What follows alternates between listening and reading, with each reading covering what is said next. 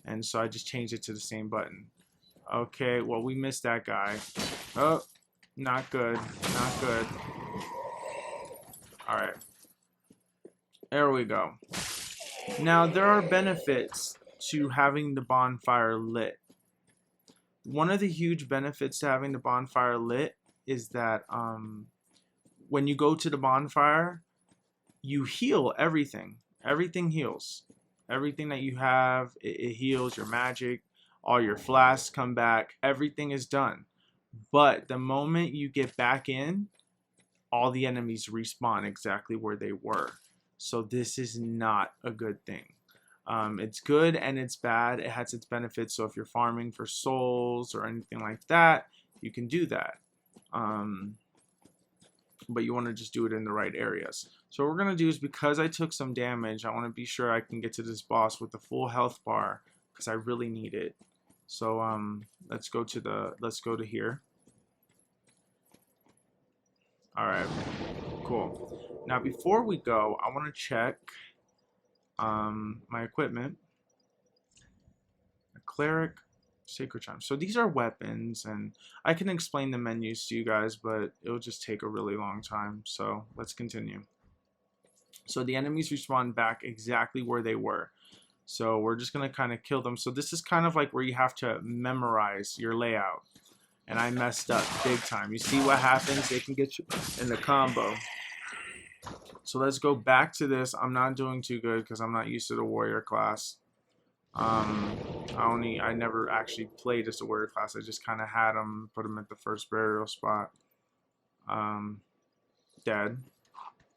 All right, over here. Dead. Dead. There's a sneaky guy over here. Dead. Whatever. We won't go with the full bar then. We're not meant to. Kill this. Boom. Wait, he has something on him? No, nothing on him. Alright, so then there's that guy over there, but I like to do this because this really does help. So let's do this. Jump. Yeah. Now there's going to be a guy here, so let's just go. What? Bam. Now there's this guy here. We're going to kind of hold our shield up. There we go. Now he's going to take forever to reload. And dead. Now, here's the first boss battle. Oh, we got Fading Soul. That's good. That gives you souls. If you die, you lose your souls. And you have to go back to the place where you died before you die again to get those souls. So, like, for example, if I lose to this boss battle, my souls have to be here.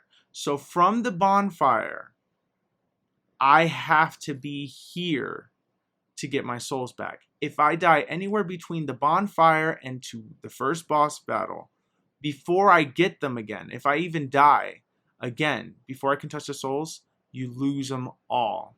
And you have to start all over again. So let's say you farmed a whole bunch of souls and you died. Then you accidentally fell off a cliff trying to get your souls back. You lose all the souls that you farmed. That's what makes this game hard. And plus, the bosses are really tough too. So what we're going to do is we got to pull this sword from the guy. So let's see. Let's see if I remember how to beat him. All right. This isn't cool. All right, so hit him a few times. Okay, move back. Put up your shield. Okay. All right. Hit him twice and block. Block. Okay, now we gotta heal. Now you can't block if you want your stamina to go all the way up. Ooh. Oh gosh, not good. Not good at all. Alright, so we're gonna heal real quick. Alright. Turn. 1, 2. Roll out of the way. Okay, now he's turned into a second form.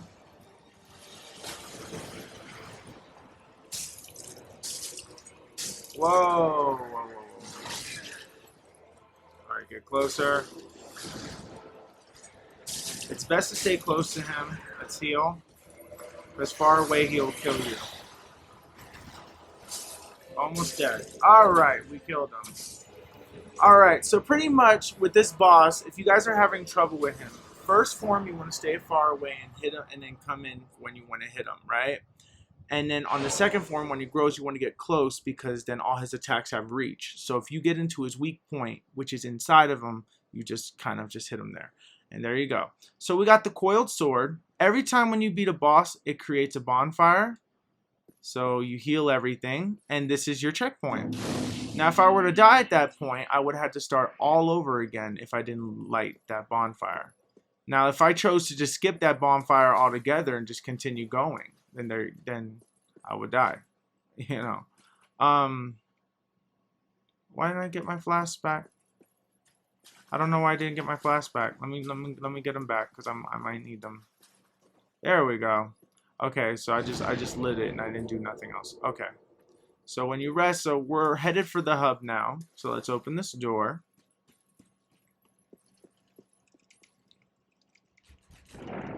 God, I would not be able to open that door if it takes this guy that long to open it.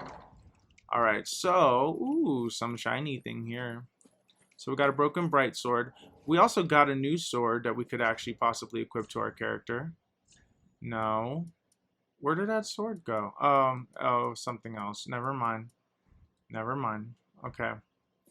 So here we go. We're at the side of the cliff here. There's going to be 2 people with an item. So we're going to just kind of wait. But this guy never goes any further than that. It's like these enemies are smart. Alright. Ah! I knew that was going to happen. There we go.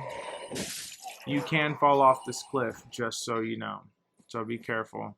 So we're going to keep walking over here to here. And there we go. We got a homeward bone. Honestly, I don't know what the use of that is because I can't use it. Basically, what I thought it does is that it creates a bonfire right where you're at or something. And I'm not entirely sure. So we're going to climb up here. Of course, I'm playing this on PlayStation 4, just in case if anybody wanted to know. Oh, you could tell by the icons anyway. There we go. I saw that coming. Alright, come on. Take the shield out. Alright, let's get this guy.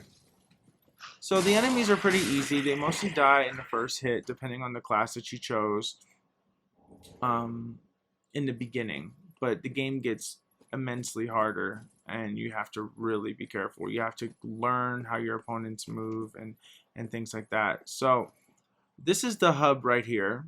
So this is the place that you're going to be returning to often. So here's the hub. This is called the Fire Shrine, the Fire Link Shrine.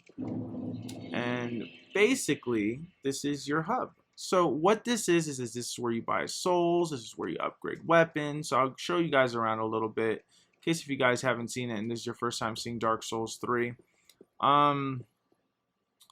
This is the First Lady, and we're going to talk to her. This is the one that you trade your souls in for your ability. Welcome to the bonfire, unkindled one. I tend to the flame. Wow. And tend to thee. Okay, we're going to skip because I really don't want to spoil anything for you. Very well. Alright, come on. Then touch the take nourishment. Alright, so now basically we can level up our character. So as you can see, you're going to see where it says souls and required souls. Under souls is how many souls you have, and underneath required souls is how much you need to level up. So 775 souls to level up one thing on my list. So vigor is for the is for HP. So my HP would be 550. Then there's endurance, and I can make it 98, which will only go up by 1. My vitality will make my equip load. Vitality is also really good because it makes your equip load go up. And what your equip load is that like you will move slower the more stuff you have on you. So you need to have your vitality up high if you want to carry more stuff, but be able to have that. Strength also is good for all your weapons. So what we're going to do is we're going to raise strength because that really helps. Now the souls go up. Now it's going to cost more. This is the part where it really gets hard. So we're going to make your endurance go up, which brings up our stamina. We're going to bring our vitality up, which brings up our defense. And we'll put another one into strength. So there we go. So I can't afford anything anymore, and so we're done. Always talk to the NPCs multiple times until they repeat themselves. This actually helps if you want to get into the story, I've noticed, and I haven't been doing that lately. So this is a merchant, and this person will sell you like items. You can sell items that you collected. These things are pretty expensive at first, but the more that when you get into a good farming location, it really helps. So she sells you things like a key is like 20,000 for the tower key, and a few other things. You can buy keys from her and find keys, and then they open up secret paths with really good loot. Last person here is, at least as far as I know in the beginning of the game, you have this guy who is your weapons creator, like, what do you call it? Blacksmith. He's your blacksmith, and he's like the coolest person ever. So basically what I'm going to do is I'm going to have him reinforce an Estus Flask. What? Basically, since I don't use magic, I'm going to take all 4 and make that health related.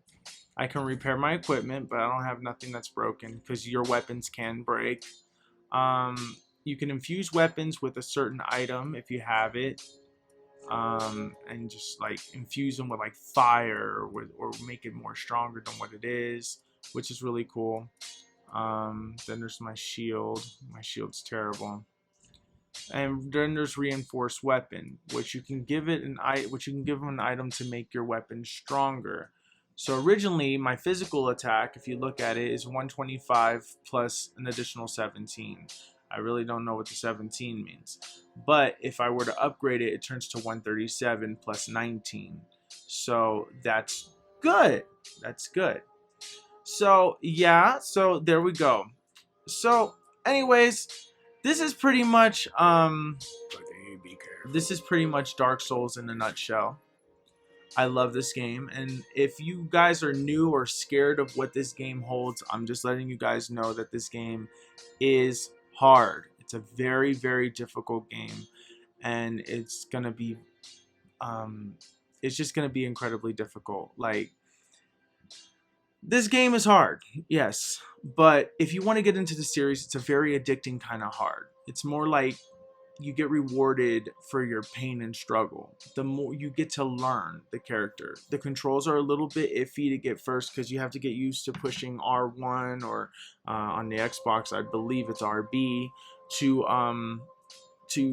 use your attacks. So if Dark Souls has been the game that's been on your mind and you're interested in getting this, I would recommend it. But just know what you're getting into. The game is hard, and it will take, you will die a lot, but I say if you keep up with the struggle and if you're willing to take on the challenge, this game is so addicting. It may not look like much to a lot of people, but this game is addicting. There's so much depth in there. This game does not hold your hand. You don't know where you're going. You don't have all this. A lot of people would recommend, I recommend a guide. If you want to spend the extra money for a guide, I would recommend it. But I would recommend that you play the game a little bit first by yourself. See how good you get, because you don't want to ruin any surprises. So I would highly recommend that you try it without a guide. At least just, if you buy a guide anyway with the game, just play it without the guide first and then start all over again. And then just try with the guide. But this game is amazing, and I'm loving it so far. Even though it took me forever to get to where I'm at, like 10 hours just to beat the third boss. This game is intense. It's intense. The reason why it took me so long is because I was farming, so that's the reason why it took me a long time. So anyways, guys, thank you guys so much for watching. I hope you guys enjoyed this video, and share it with your friends who are curious to know what Dark Souls is. And I'll see you guys in the next video. Alright? Peace out.